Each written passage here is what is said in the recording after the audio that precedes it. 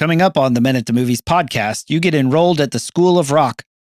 The school is set up like the world system, focused on structure, perfection, and performance. Its intention is to create little cookie-cutter kids. Dewey comes in to disrupt that system, engaging with the children to bring their hearts to life. He doesn't see them as they are. He sees them as they are. You're not hardcore unless you live hardcore, so let's go discover God's truth in this movie. The movies and stories we love are gateways to see ourselves and God in new ways. Every great story borrows its power from a larger story, the story that's written on our hearts and woven into the fabric of our very being.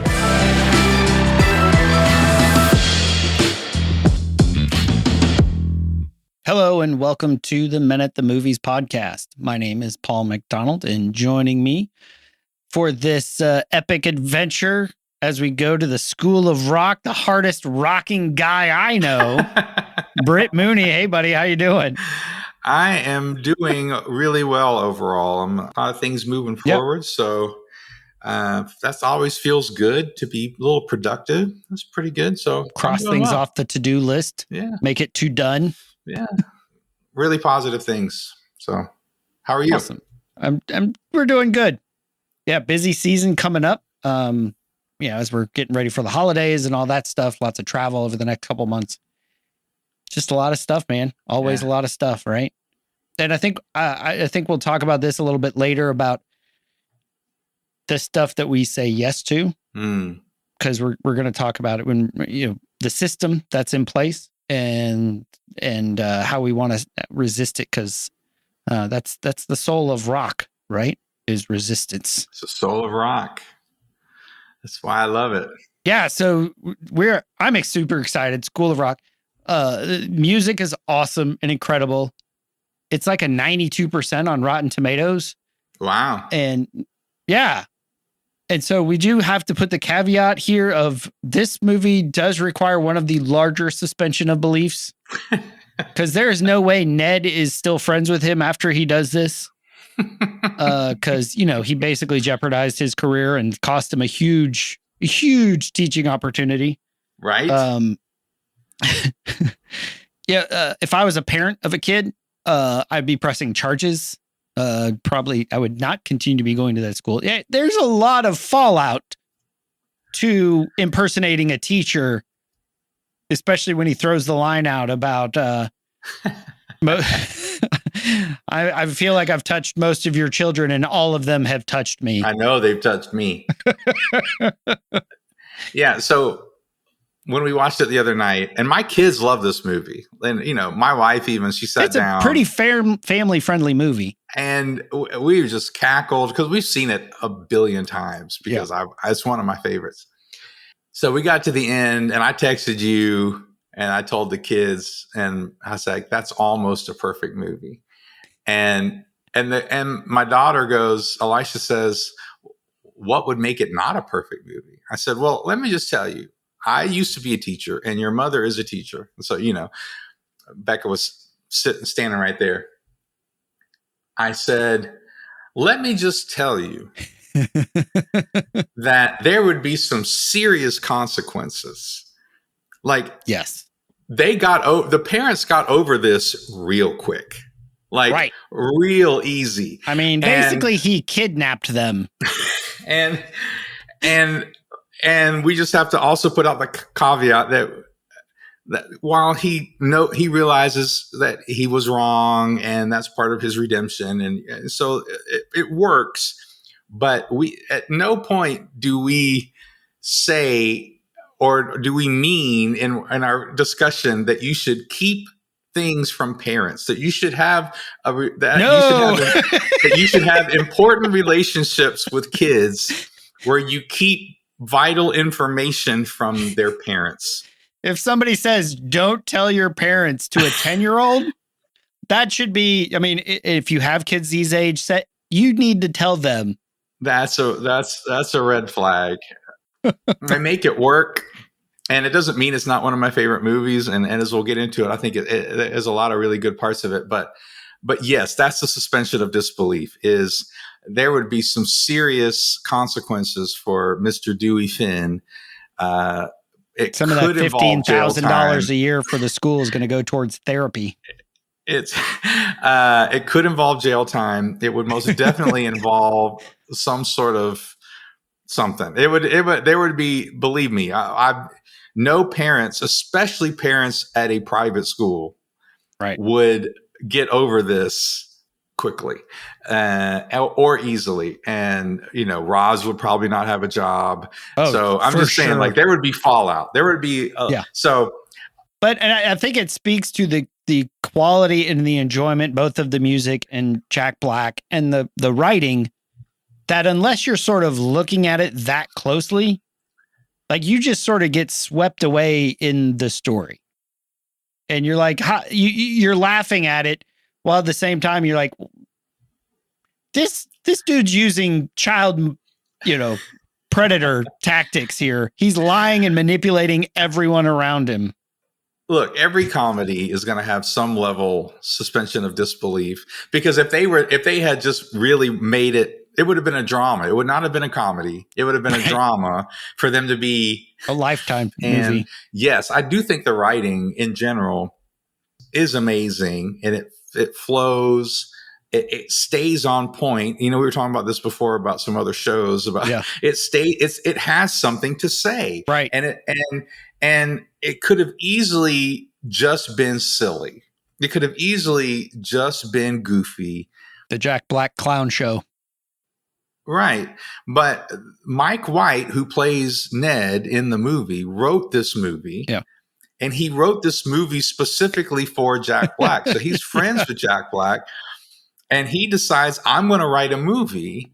And he gets with the studio. And like, this was the whole plan. Like, they were going to write this movie for Jack Black. And it works. I mean, Sarah Silverman is great. Joan, I would, every time we have a movie with her in it, if I were to ever make movies, Joan Cusack would be in every movie I would ever make. I would find a role for her. She's so good. And so it's got a lot of great elements, and just the magic of Jack Black and those kids. I mean, those scenes where he is with those kids, if that didn't work, right, the whole movie would have fallen apart, because those moments are gold, and his performance is gold. It's just, that's why it gets a 92%. And my kids and my wife and all of us are like, even as teachers go, yeah, that would never happen. But we love the movie, Yeah. And who wouldn't sign up to take his School of Rock class? Yeah. Tell me, make me listen to this stuff. Tell me why it's great. Let me listen. Here's this solo. Here's this, drum or the guitar or the vocals. Yes. Here's the people who influence these people, who influence those people. It's like, oh, that actually sounds awesome. But yeah, maybe not for 10-year-olds. Yeah. For me, when the movie came out, what was it, 2003? Yeah.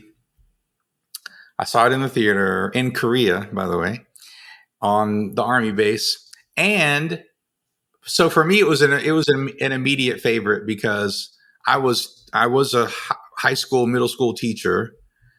And I was a rocker, I wrote songs and, did a whole lot of heavy metal stuff. So a lot of that was in my background. So just this, and I've always thought Jack Black was just hilarious. And so anyway, so for me, that's why it's been a favorite. And so when we were talking about what movies to do, I was like, well, this is a big one for me. And I think it's going to be I think we're going to get a lot of really good things out of it, because I saw some even bigger things this time. So it was good. So now to frame up our conversation, we're looking at the school as the system, the world system. And Jack Black's character, Dewey, comes in and is disruptive. He's a rocker. He actually, in the beginning, you see him, he actually rocks too hard. He's like, we're trying to do this. He's like, man, it's about the rock. It's about face melting. It's about this, he dives does a stage dive and falls on the floor because nobody catches him. But so he's disruptive to the system. And it's a system that is very structured, the focus is on perfection and performance. We see that with Summer of the grades and the gold stars and the demerits and all that. And so where we're going with this, where we're diving into some of this stuff is Jack Black's influence. In a way, his presence is going to rescue the kids from the monotony, the failures of the system to bring these kids to life. And so if that sounds kind of familiar, it's kind of what Jesus did, right? He entered the system in order to disrupt it. You don't kill a guy because he goes with the flow. He got crucified because he was disrupting the system. And even the religious system. Right. That God originally sets up. I'm just saying, I'm just putting it out there. Like, it wasn't like he was just disrupting Rome. But yes, it's disruptive. And so the setup is, and this is the important part, Dewey, because Dewey isn't Jesus, he's not perfect, right? But for the movie, for our purposes, he's a purist. Yeah. For our purposes, he's a purist. And he's such a purist, he even disrupts the band that he put together. Like, he did this, he put this band together. And just, there's a great callback later, because in that first scene, he jumps to stage dive and no one catches him. No one catches him. They let him fall. He's annoying. And let me just tell you, as a Mooney, I get this. My uncle, he's passed away now, but my uncle, and a lot of people were like honest about this, that he was an engineer, but he didn't make it up the corporate ladder because he told people the truth. He didn't play the game. My dad was forced into early retirement because he kept telling them, no, I will not lie to the client just so we can get the big contract. And at 58, 60 years old, they said, well, we're going to do it anyway. You need to retire early. So it's disruptive to systems when you want to tell the truth, when you're not going to participate, and there are consequences to that. And so even in the band he started, they don't like him, so they kick him out of the band. Yeah. And they bring in the good-looking. He's like the exact opposite of Jack Black. He's tall, he's thin, emotionless, he's sexy, and he's the new guitar player. And they're working on a hit song. I mean, if you get the context of what's happening, is he wants to write more progressive, more intense, edgy. And they're just going to and edgy, but they just want to write more hit songs. They want to make money. But he's a loser. I mean, he just lives, he can't pay rent. And so it just becomes desperate. They kick him out of the band. He can't pay rent. And in his desperation, he decides to lie so he can make money and take a temp job. Because he tells Ned is like, basically anybody could do your job. And then he gets a call. He's like, I'll do this job for $650 a week. So that's the setup. And so he gets in with these kids. And he's just doing his time. He's just going to do his time. I have what's known as a hangover. Anybody know what that means? No, I was drunk yesterday. And so he's just going to use these kids. Now, he still kind of uses them as the movie goes on in a certain sense, but he begins to, his heart begins to soften as he realizes what his real calling is. So he thinks his calling, this is very similar to Mr. Holland's opus in this respect. He thinks his calling is to make it big as a rock star. That's what his calling is. And he's a purist, so he knows all this stuff about rock.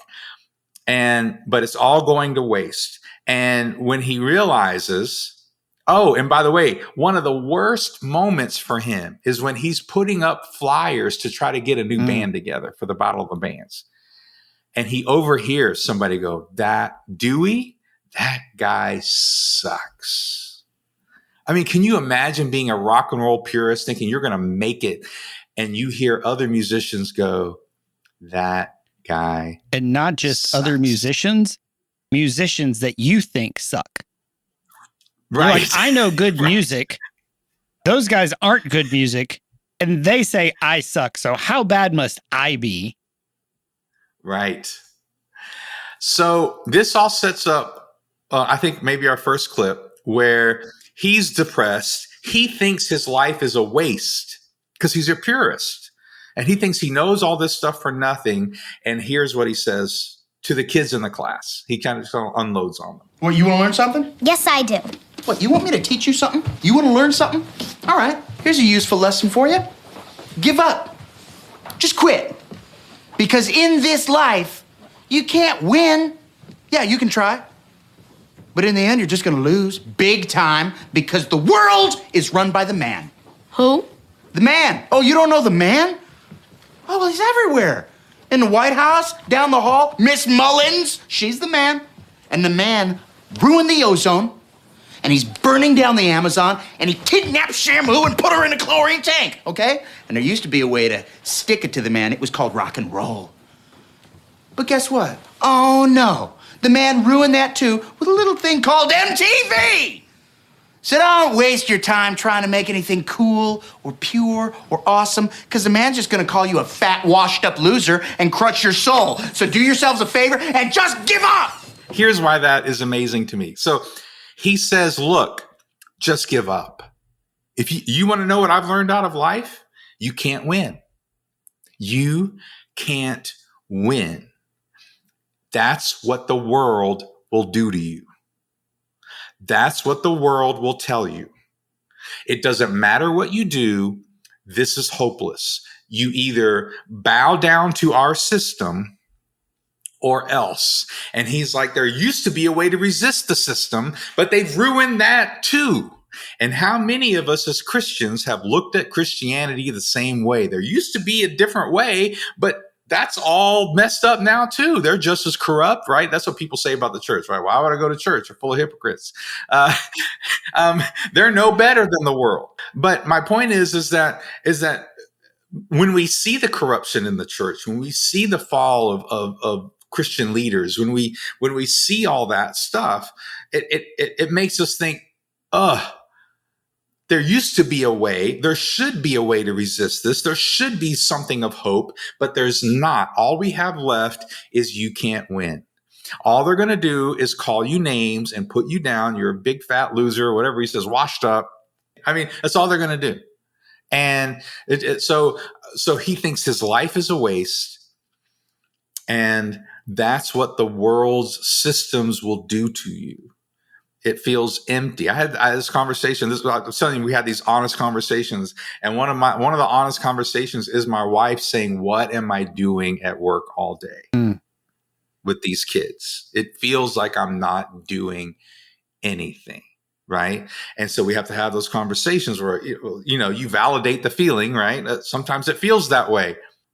And it's important to be honest that it feels this way. And that's why I love a lot of the Psalms of David. He's honest. The rich guy rides a horse and gets to do whatever the crap he wants.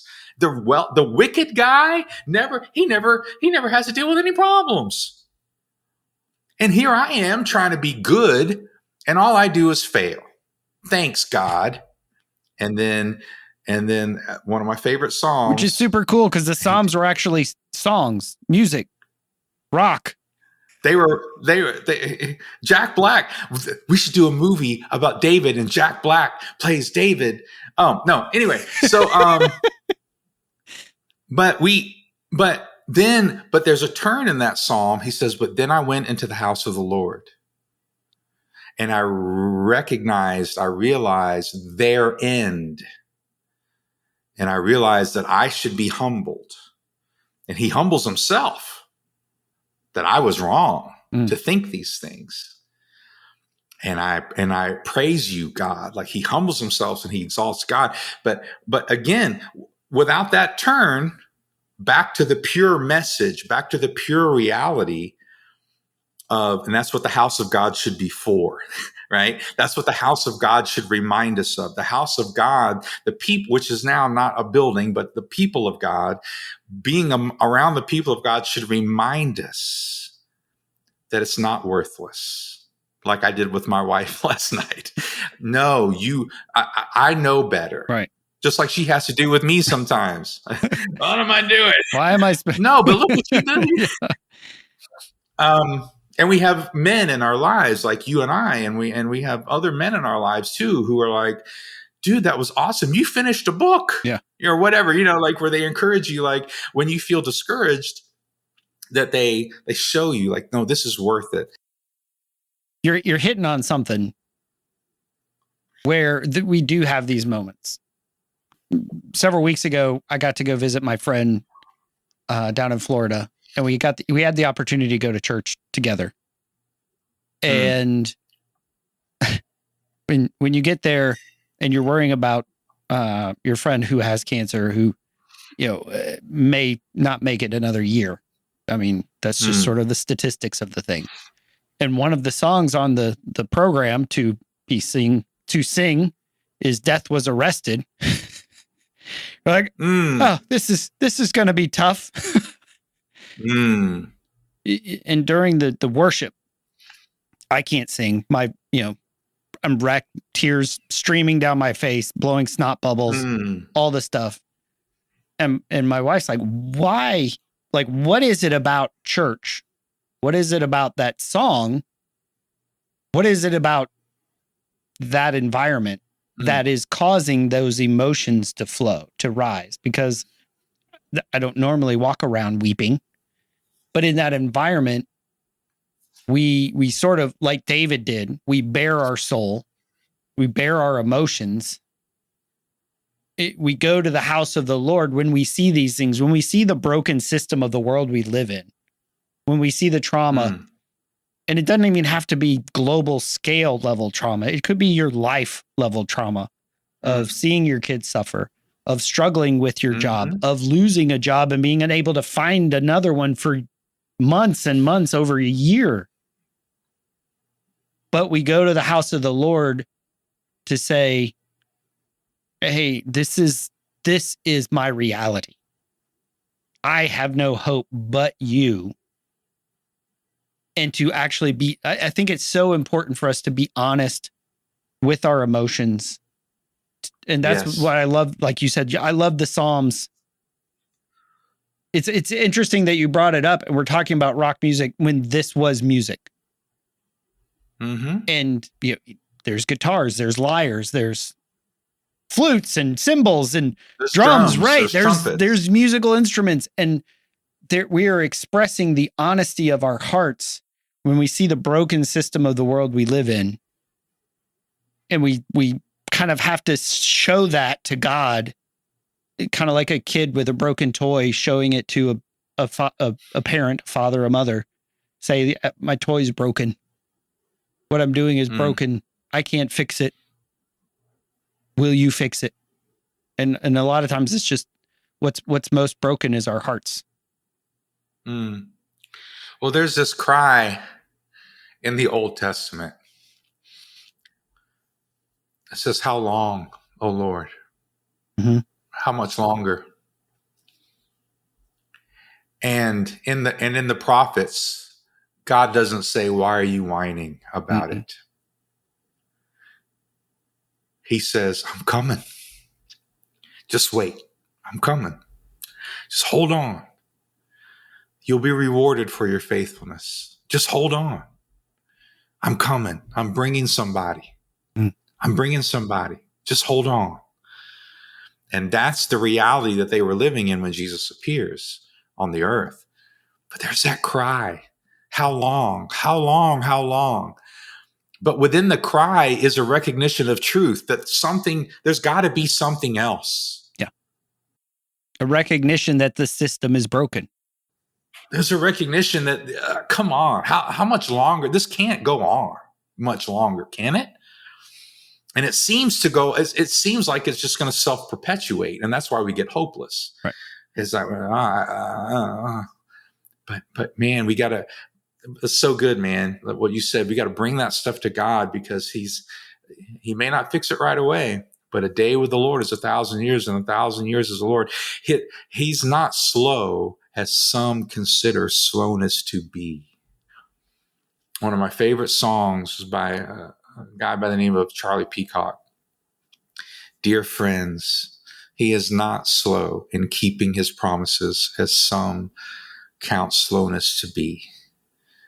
Keep a watch out. Don't lose faith. He said he would come for you. He's going to come for you. Just wait and see. Like, that's the heart. That's even the heart of the New Testament. That's the heart of Jesus when he left. I'm coming back. Now, it's been 2,000 years, right? But Paul dealt with it 20 years later or 50 years later. You know, some people are dying and they're like, wait, he said we would live forever. Right. No. There's a greater revelation that's coming. And so anyway, so just that hopelessness that Dewey feels, and he's in it. And then the kids are supposed to go to music class. Right. And so he just kind of, he's a purist. This is so important, everybody. He's a purist. And the music draws him. And he goes, what's that? And it leads him up the stairs or wherever he goes in the school. And he sees, and what he sees is not the instruments they're playing. What he sees is what they could be. Potential. Yeah. And y'all, this is so important, man. When you're a purist, when you really long for this other world, for another world, for a true world, for something, for this system to not exist anymore like it is, then you start to see stuff. You start to see what other people can be, because that's an eternal perspective, and that gives you an imagination. I don't know if this makes sense. Does this make sense? With that eternal perspective, it gives you an imagination. It gives you a creative imagination, so that you don't see people as they are. You see people as they could be, because you're not as who you are. The world isn't how it should be. So therefore, you can start to see other people for who they should be, who they could be. And so one of my favorite parts is talk about suspension of disbelief. He just happens to have all these instruments in his van to make a band. Like, he's got keyboards, drums, guitars. He's got it all. And he runs back and forth without really breaking a sweat. And nobody notices in an elementary school. Right. So he shows up and he starts teaching them about the band. He starts teaching them about rock. He starts showing them who they can be. And I think it's important because the music class happened right after that speech. Yes. And he did not care about teaching history or math or all the things, right, that most 10-year-olds learn in elementary school. All he cared about was teaching recess. Do whatever you want. I don't care. Just do whatever you want. I've given up. Given up on me, given up on you. I've given up. So good. But what that did was that ignited his heart. Oh, music. I like music. I can teach music. And it's super cool because he knows the instruments because of his passion. He knows the keys. He knows drums. He knows it. Even though he felt like, 30 something years of giving up. And that moment came, as you said, slowness is, the Lord is not slow by our measure of slow, like by right. What some would call slow. And it awakened him, and he's able to then awaken their hearts. Because, again, he's failing the kids by not teaching them the stuff. However, if you sort of widen the lens, broaden our framework, and say, well, these kids were just in here in the product of a system that is just creating little robot kids. And what he's doing is injecting life and joy and personality. And over the course of the time, he actually sees them and knows the kids better than their parents in a lot of ways. Right. Because he sees what they, like you just said, he sees what they could be, but it required an awakening of his heart and intervention, which is what we need in those moments where we feel like giving up. And I mean, there's been days I've prayed, I was like, God, if you want me to keep doing this, I need a little something. Yeah. And it's remarkable how many times somewhere that day I get a text that speaks a little whisper, a little breath, a little fire, say, keep going. You can do this. You're on the right path. And we need that. But we need to be on the lookout because he just heard it, right? Just off in the distance. It didn't come to him. He had to go see it. And when he saw it, that set sort of the whole movie in motion. This is such an important part of the resistance to the world. Such an important element. He saw who they could be, not who they were, but he didn't. Okay, so here's some really important parts. Now, it's kind of written this way, so, but here's what we do in a lot of churches, okay? In a lot of churches, we say, the leaders say, we want this program and we want to do this thing. Now, who can we make fit in this program? Who can we fit in this? Like, whether or not this is their gift or not. Well, they're dedicated and they're around, or we need the volunteers and whatever. I'm just saying, was it Erwin McManus said something in a podcast I was listening to a few months ago where he said, one of the reasons why he never worked at being hired at a church was he says they never hired me. They hired who they wanted me to be. And I could never be that. And so that's what happens in a lot of churches is we don't discover who they are. Well, who people are, we try to put people into the boxes and check the boxes of who we need to run, to make things run, to make the system run or whatever. Now, I don't want to say system, but we need to make stuff run because you got stuff you got to do. You got a kids ministry, you got parking or whatever it is, you got stuff, but that's not the model of the New Testament.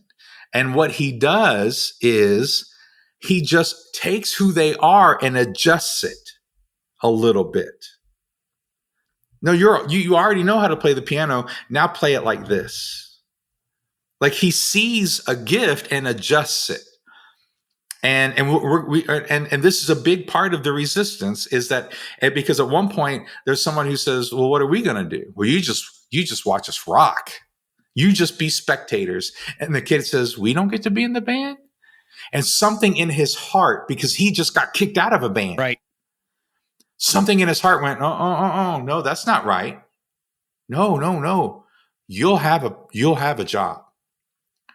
And he starts to develop with these kids. He starts to figure out what the right position is for them. Who can sing, but you got to really be able to sing. And one of the coolest conversations is with Lawrence. He's an Asian kid and he can play the piano. But he says, I'm not cool enough. I can't do this. And it's one of my favorite conversations. Hey, what's up? I don't think I should be in the band. Why not? I'm not cool enough. People in bands are cool. I'm not cool. Dude, you are cool. The way you play. Why you say you're not cool? Nobody ever talks to me. Well, those days are over, buddy. Because you could be the ugliest sad sack on the planet, but if you're in a rockin' band, You're the cat's pajamas, man. You're the bee's knees. Bee's knees? Yeah, the bee's knees. You're going to be the most popular guy in school, trust me. Okay, I'll do it. Now listen, this is a big commitment now. You don't just say yes if you're going to flake out later. I won't. Larry, welcome to my world. Love it. He was like, you can just watch us rock. We don't get to be in the band. And like you said, it triggered him because we think Yes. our failures are failures. But what they do is like Larry was just saying, nobody talks with me. I'm not cool. I don't speak English great, right? But what we see is Dewey's experience of being kicked out of the band enables him to connect with others to make sure they don't feel like they're not in the band. He's like, I know what that feels like to not be in the band. I don't want anybody else to feel that way. And it's like his pain became his ministry. Mm-hmm. Well, and he had just been called fat and no good. Right. Right. So he was like, he could relate to this kid. He wasn't trying to put together a band of rock stars who looked great. He was trying to teach them the heart of rock and roll, which was resistance to the system. That was the heart. He keeps going back to it, and they keep pointing. This movie's trying to say something, right? We were talking about that too before this movie's trying to say something. Is that rock and roll wasn't about the chicks, and it's not about the drugs, the money, and it's not about the money, and it's not about having hit songs. The heart of rock is resistance to the system. And if you don't get that right, don't play. That's his attitude. And that should be our attitude in the church. The whole purpose here is resistance to the system. The whole purpose here is to make sure we're saying the right message. There is another world, because here's what happens. And you said it, and I didn't interrupt you, but it was so good. When the world beats you down and says, this is a waste, you tell everybody, just do what you want. Just do whatever you want. You can just be free to do whatever you want. But when you are a purist and now you have a purpose, now you better be committed. Don't say you're going to do it if you're not going to do it. Then don't do it. Right? Now it means something. Now there's meaning. That sort of hope gives meaning to what we do and to the things that we're doing. And we just don't talk about it enough. And again, I get it. We're trying to meet people where they are and stuff like that. But I'm telling you, being honest that this world is a system that oppresses us and lies to us, and that there's another reality that we are, and that gives us purpose, another age, another reality, that there's a life after this one. That all the stuff of this world is just empty and it's going to go away. And there's going to be a whole other world that's going to come, a new heaven, new earth, all that sort of stuff. We don't talk about that. And not that God, that's how it gives us hope in the moment now. We talk about the hope in the moment now, but we don't give the reality that actually does give the hope. It just becomes psychoanalysis or self-help kind of thing, instead of like, no, this is what will actually bring us to that hope, is being honest about this reality. And he does that with the kids. It happens with himself. He does it with Roz. Now he's actually teaching them. Just because he loves them, he starts to love them as people, and he starts to put them in different jobs. And for Summer, the first thing he told her was, you guys be a groupie. And this is what we do in the church. Well, we don't know what to do with you people. We'll just come up with some job for you. Instead of later realizing, no, you should be the manager. It's going to be your job, because he recognized who she really was. It's going to be your job to tell everybody what to do. And that smile on her face, that sounds was perfect. Amazing. But you have to know people and have relationship with them to figure that stuff out. Like that doesn't happen when you just have a big meeting and ask people what they want to do. You actually have to know people, because sometimes people don't know what they're good at. Like Larry, he didn't know he was going to be good at this. He never would have imagined. If Dewey had called a meeting at the school and said, "Who wants to be a rock star?" those kids would not have shown up. Did you hear what I said? He had to have relationship with them to call that out of them. And without the relationship, we can't see this stuff. And I love how he gets Tamika wrong because she doesn't speak up and give her heart. And he has to struggle through that with her. Even Fancy Pants, he's like, "Can I be the stylist?" "Sure, go ahead." Like I love what you said, because sometimes we try stuff on. And when it doesn't work, we feel like it's our fault. Summer wasn't meant to be a groupie. Tamika wasn't meant to be the security or a roadie or something, like, because she could sing, but nobody knew it. And she had to go overcome her own shyness and all the other insecurities. Mm-hmm. And that's, Paul talks about it obsessively in the New Testament, whether it's some dishes are meant for this, some dishes are meant for that, whether it's the church is a body, and why would a hand be upset because he's not an eye, or the ear is not a mouth, and all this. What's the other one? We're talking about the gifts. Some are preachers, some are teachers, some take care of the widows. We all have a calling, we all have a role. We're all in the band.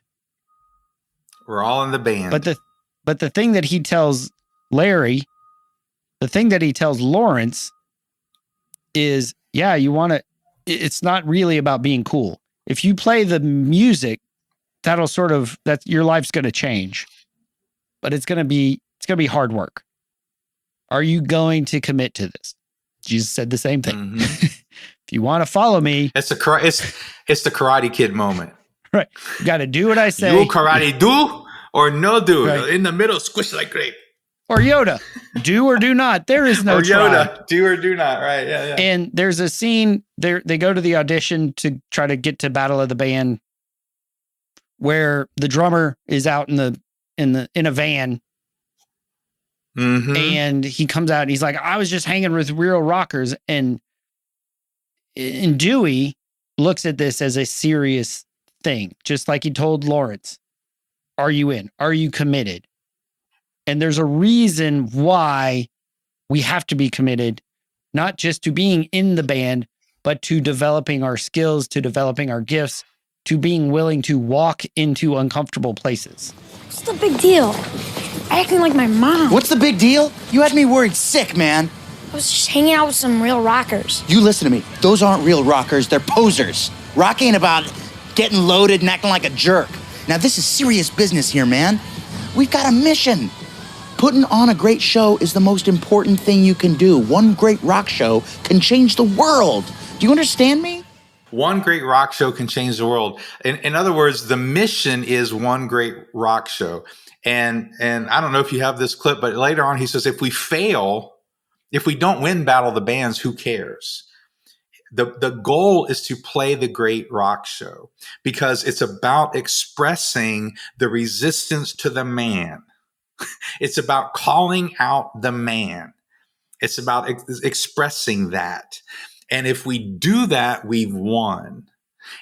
And man, I don't want to get in trouble maybe, but if we're going to go hardcore, the success isn't just like success isn't winning Battle of the Bands. Success isn't the numbers in your church. Success isn't how much money you raise or how much money comes in or attendance. And a success is, did we express that truth? Did we express through love, through inclusion of everyone? All of this stuff is resistance, through seeing people as more than they think they are and calling more out of them than they think they have. That's resistance. Do we have a culture in our church that does that? I don't care if it's 5 people or it's 5,000. Is that who we are?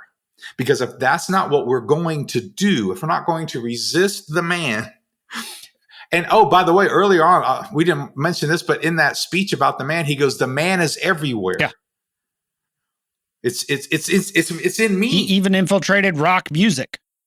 He's even infiltrated the church. I mean, rock music. He's infiltrated all of it. We have to resist it. He says, this is serious. And the kid and the Zach character, right? They make him are we going to goof off like this every day? We're not goofing off. But we're doing this every day, right? And by the way, as he developed, and you mentioned it earlier, when he develops their gifts, he teaches them the history of rock and roll. He teaches them, where did all this come from? Just like when Paul went to the Gentiles, he didn't just talk about Jesus. He talked about Abraham, and he talked about Isaac, and where did this all come from? What's the story? What's the lineage here of faith that we're dealing with? Like, this comes from somewhere. You're a part of something. You're a part of Jimi Hendrix. You're a part of, right? I mean, that was what he was trying to tell him. You're a part of something bigger than yourself. Just doing this right here. And all of those things are acts of resistance against the world. And if we get distracted by all the trappings, which is why I love that he does that with the kid. He has that little moment, but it's silly, but again, for our purposes, I think the movie's trying to say something, that there's that just going through the motions, that these kids weren't alive. They weren't going to be who they were supposed to be. And they didn't quit school, by the way, at the end of the movie. Like, they continued these lessons after school, So we're not saying that you just check out of life, but you reframe how you look at life. Right. The truth moment happens because ultimately it's one of those, there's been a lie, right? Because true rock and roll, if you're going to resist the man, you can't lie about it. That's not being hardcore. Right. Right.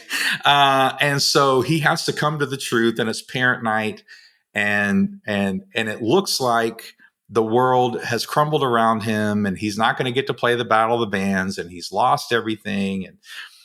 And then the kids show up, and now they're the ones who are trying to get him back into what he's taught them. Playing one good show, one great show, having the right message, speaking the right message. Just the act of resistance is enough, is winning. And then when he looks out, and one of my favorite lines, that is so punk rock. One of my favorite lines. And so, well, and I think, hang on, I think there's a good message in that. And again, we don't want to put any children at risk here, but I about made Britt spit out his tea. I did. I almost did. But so many times we want to disqualify someone because they made a mistake. Good. And the kids are sitting there and they're like, oh, he's been lying to us the whole time. He's not really Mr. S. He's some dude named Dewey. I was like, okay, that sucks. But the stuff that he taught us was actually pretty cool. The stuff that he encouraged us to do was actually pretty neat. Like, we're going to have people who teach us things that are going to disappoint us. And that doesn't mean everything that they taught, everything that they said, we don't want to throw the baby out with the bathwater, as the old saying goes. Mm-hmm. There used to be a saying in the church of, we eat the fish and leave the bones. We take the good stuff and we throw out the stuff that doesn't work. We throw out the stuff that'll choke us. Like, so often we say, oh, this person screwed up and I don't want to have anything to do with him again. It's like, yeah, he did. But what he what he inspired us to do is actually good. We actually want to do that, and we can't do it without him. Yeah, he's a fallen dude. He even shows up, starts apologizing. Summer's like, we don't have time for apologies. Let's just go to the show. And that restoration occurs because so many times in the church, it doesn't. Right. As he's made disciples of them, he needs them to come and say, no, we need you to do this. They get to the show. They're ready to go on. They're listening to the group in front of them. And it's like, don't listen to those posers. We've got to get ready. And he's shifted his outlook because it's not about him anymore. It's about the kids. He wants to play Zach's song, not the one he wrote. He wants but he's like, it's not my band. It's our band. Mm-hmm.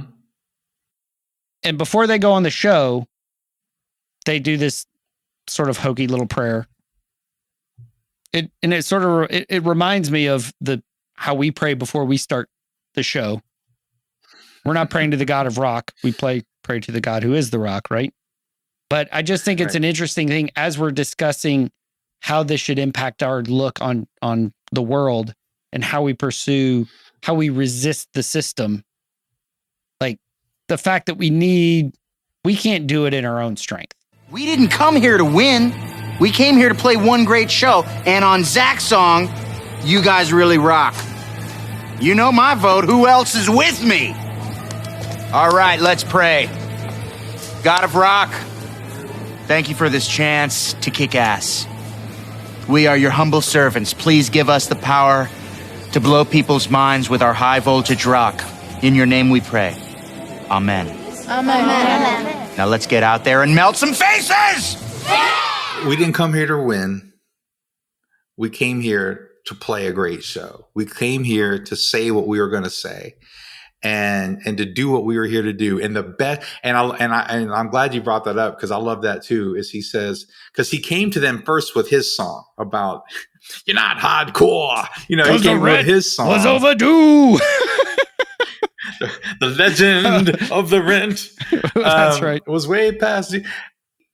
But when he recognizes the talent in another person, he doesn't say, well, we'll do your song another time.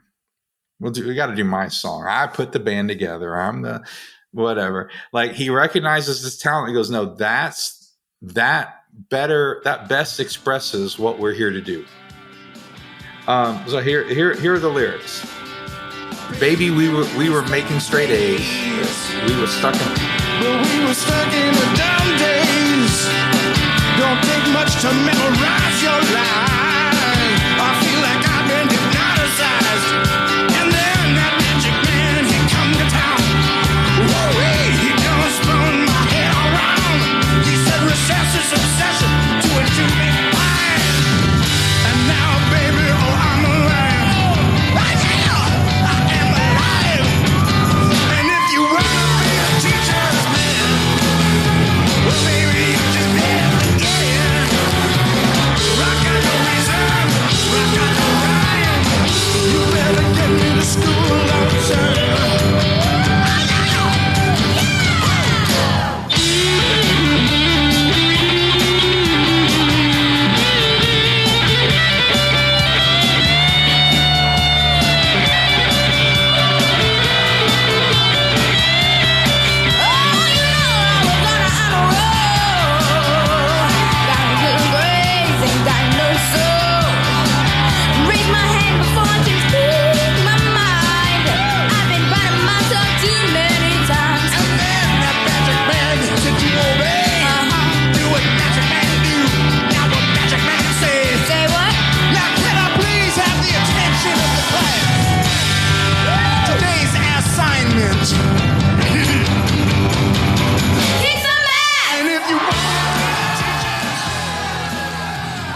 He comes into their life and brings purpose and brings revelation that about the system. So he's like, no, your song does that better than my song.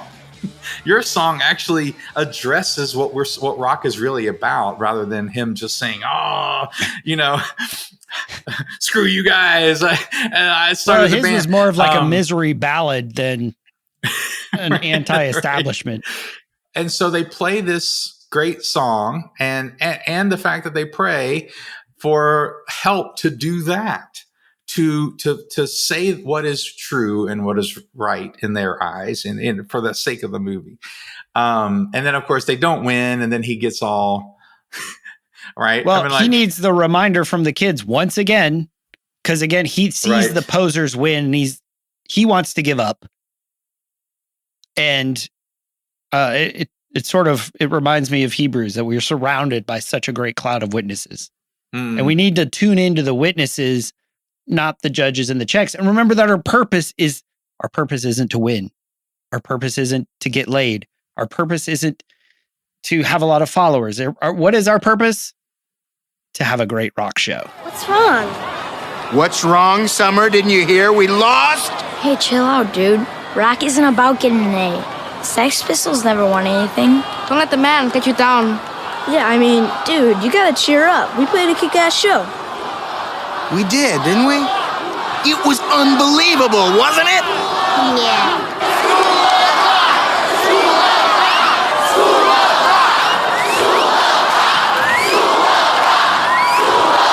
What is that? It's an encore.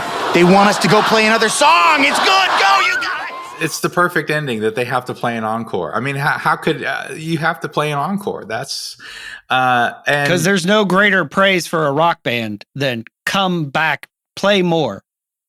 Don't let it end. We don't want this. We don't want this to end. Which is funny because they're doing that as the band who won is on the stage, and there's like, that's not us. With the big check. They had the big check and everything. So, yeah, what you don't want is for the crowd to go, well, we're glad that's over. Finally. You want them, you want it to go, no, there's more. There's more. There's more. And that's the reward of, in my experience, that's my reward of speaking pure truth, of speaking a resistance to the system, a resistance, even when it shows up in the church, that you may not get a lot of followers out of it, but there will definitely be people who stand up and say, yeah, me too. And that's what rock does. That's what speaking truth. That's the reward of speaking truth. I have ruined people for regular church for 20 years. Now, it's not everybody, but there's definitely people who have looked at me and they've gone, you ruined me for regular church. I can't play that game. I can't go through the motions. I can't do that. And I apologize on one hand, but I realize, man, if we're not speaking a message that says we can't just keep playing this game, this is serious. The lives of men and women eternally and in this life are on the line. It's serious business. It's serious business. And just witnessing and worshiping and walking the resistance from a pure heart of love, not because I hate anybody, but you hate what the system does to people, makes them want to quit and makes them think that their life is a waste. I hate that. God hates that. He hates what it does to people. His creation that he meant for something greater. And hopefully we do a little bit of that on this podcast. Hopefully we take some of that resistance, that dissent to the ways of the world and say, hey, I don't know that Mike Smith or whatever his name was, who wrote this, Mike White, sorry. I don't know. I don't think he meant any of this. He was writing a fun movie, but he made it a good movie that of 92% because he said something that was universal, that there's got to be resistance. And we know the hope of that resistance. It's not just, we're going to die and say we resisted. Like, there's literally a reward in another world that exists. And that's to me, it's a powerful thing. And hopefully we do a little bit of that, bringing some of that perspective when we talk about silly movies like School of Rock, where the guy should probably be in jail or something. Yeah. So we hope that we encourage you guys today, because if you're getting stuck, if you feel like giving up in the system, because the system is it's designed to break us down, to make us conform, to make us look like everyone else. And God, what he says is, if the Son sets you free, you're free indeed. And that's the only freedom that we have from the system, is through Jesus. Yep. And Amen. So we keep pointing to him every week. As Eugene Peterson said, every sermon is the same. I just keep pointing people to Jesus. Yep. And so this has been Paul McDonald and Britt Mooney talking about School of Rock. I hope you guys remember this as we enter into the system of the holiday season, that you resist it and you remember what matters most. You remember what makes your heart come alive, and maybe sing some carols or sing something that lifts your heart and makes your heart come alive. So hope you guys enjoyed it. I hope you join us next time here on the Men at the Movies podcast. Something inside has been awakened. I can no longer be who I was before. But if I am no longer who I was, who am I to be?